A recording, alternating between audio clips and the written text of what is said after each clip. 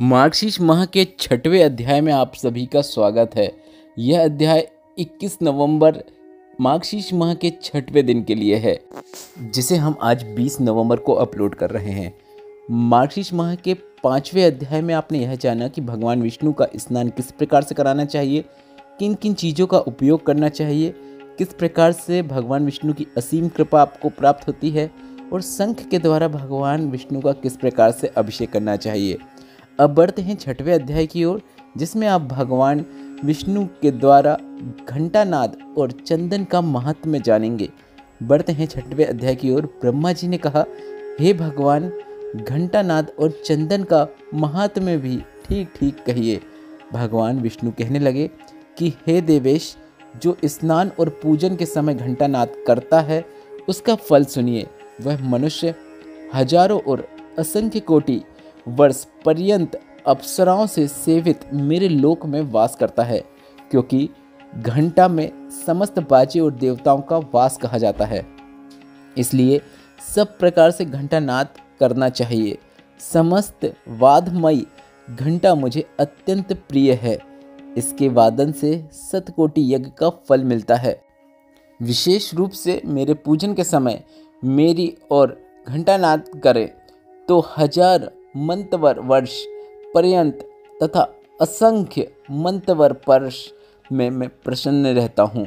मृदंग और शंखनाद के प्रणव ओंकार मतलब ध्वनि को मिलाकर अर्थात ओंकार को ध्वनि करता हुआ मेरा पूजन करता है, वह निरंतर मोक्ष को प्राप्त होता है। हे पुत्र, जिस जगह मेरे सामने नाद से युक्त वैष्णव से पूजित घंटा स्थित रहता है, वहाँ पर मुझको ही स्थित समझो।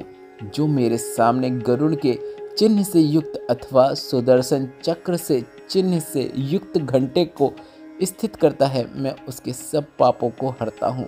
जो मेरे पूजन के समय घंटा नाद करता है, उसके 100 जन्मों के पाप को मैं हरता हूँ। जो मेरे पूजन के समय अथवा शयन के समय घंटा नाद करता है, उसको कोटि गुणा फल प्राप्त होता है। जो मनुष्य गरुड़ पर स्थित शंख चक्र गदा पद्म से युक्त तथा लक्ष्मी से युक्त मुझे देवेश का पूजन करता है, उनको देवता दर्शन, व्रत, दान, उपवास और तीर्थ आदि करने की कोई आवश्यकता नहीं होती है। जो मनुष्य कली में गरुड़ के ऊपर मेरी मूर्ति स्थापित करेंगे, वह कल्प कोटि वर्ष पर्यंत वास करेंगे और मेरे परम पद को जाएंगे। जो मेरे सामने मंदिर में या घर में गरुड़ से युक्त घंटा स्थापित करते हैं, वहाँ पर सहस्त्रों कोटि देवता और तीर्थ का वास होता है।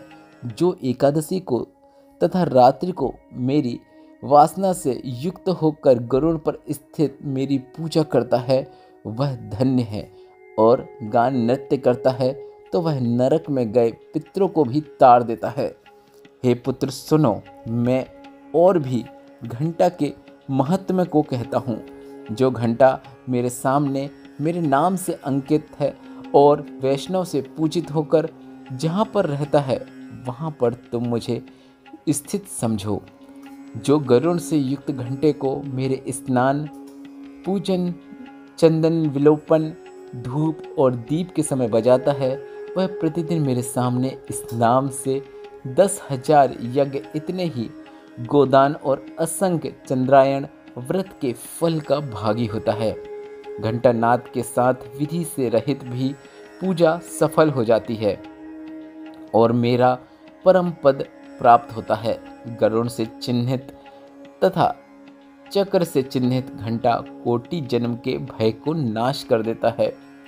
हे देवेश, गरुड़ से चिन्हित घंटा को देखकर मैं प्रतिदिन वैसे ही प्रसन्न होता हूँ जैसे निर्धन मनुष्य लक्ष्मी को देखकर प्रसन्न होता है। जो घंटा दंड के ऊपर शिरभाग में चक्र को अथवा मेरे प्रिय गरुड़ को स्थापित करता है, वह तीनों लोकों को स्थापित करता है। जो अंत मरण समय में घंटा के नाद को सुनता है, कोटि पापों से मुक्त होने पर भी यमदूत के दूत उसके समीप नहीं आते। हे पुत्र, घंटानाद के समय पाप नष्ट हो जाते हैं और देवताओं, रुद्रों तथा पुत्रों के उत्सव का कारण होता है। गरुड़ के अथवा चक्र के चिन्हों से चिन्ह न रहने पर भी घंटा नाद से मैं भक्तों को प्रसन्न होता हूँ। और जिस घर में गरुड़ से चिन्हित घंटा रहता है उस घर में सर्पों का भय नहीं होता है और अग्नि तथा वज्रघात का भी भय नहीं होता है। जिसके घर में मेरे सामने घंटा और शंख स्थित नहीं होता है वह कैसे भगवान और कैसे मेरे प्रिय हो सकते हैं। अब मैं चंदन का महत्व में तुमसे कहता हूँ, जिसको मेरे अर्पण करने से निसंदेह मुझे अत्यंत प्रसन्नता होती है। पुष्प, कपूर, अगा, कस्तूरी, जायफल से युक्त चंदन को अथवा मुझ पर अत्यंत सुखदायी तुलसी के कष्ट के चंदन को मेरे लिए नित्य ही देता है। मनुष्य में श्रेष्ठ कली में भगवान का भक्त अंत युग पर्यंत स्वर्ग में जाकर वास करता है। जो तुलसी काष्ठ को मेरे लिए देता है अथवा मालती के पुष्पों से मेरा पूजन करता है वह फिर माता के स्तनों से दुग्धपान करने वाला नहीं होता अथवा वह फिर जन्म नहीं लेता। मैं तुलसी काष्ठ के चंदन को अर्पण करने से 100 जन्मों में किए हुए पापों को भी नष्ट कर देता हूँ, क्योंकि समस्त देवताओं को तुलसी काष्ठ का चंदन अति प्रिय है, वैसे ही पितरों को भी विशेष करके अति प्रिय है। जब तक अति पवित्र तुलसी काष्ठ का चंदन मेरे लिए पूजा में अर्पित देखने में नहीं आता तभी तक श्रीखंड चंदन श्रेष्ठ है और तभी एक अंगूर श्रेष्ठ है और तभी तक कस्तूरी और कपूर सुगंधित हैं। जो लोग कलयुग में मेरे लिए मार्गशीर्ष माह में तुलसी काष्ठ का चंदन देते हैं वे कृतार्थ हो जाते हैं, इसके कोई भी संदेह की बात नहीं है। जो भगवान होकर कलयुग में मार्गशीर्ष माह में तुलसी काष्ठ के चंदन को नहीं देता वह मनुष्य भगवान को चाहने वाला नहीं है। जो मार्गशीर्ष माह में कुमकुम, अंगूर, कस्तूरी, श्रीखंड और चंदन से मेरे शरीर में लेप करता है वह कोटि कल्प पर्यंत स्वर्ग में वास करता है। जो कपूर, इंगूर को मिलाकर चंदन से और मुझको विशेष रूप से प्रिय कस्तूरी से लेपन करता है 100 शंख में चंदन रख कर उस चंदन से मेरे पर लेपन करता है तो मैं उससे 100 वर्ष के लिए प्रति करता हूँ। जो सदैव मार्गशीर्ष माह में भक्ति पूर्वक तुलसी पत्रों से तथा आंवले से मेरी नित्य सेवा करता है वह इच्छित फल को प्राप्त करता है। यहाँ पर मार्गशीर्ष माह का 6वां अध्याय पूर्ण होता है।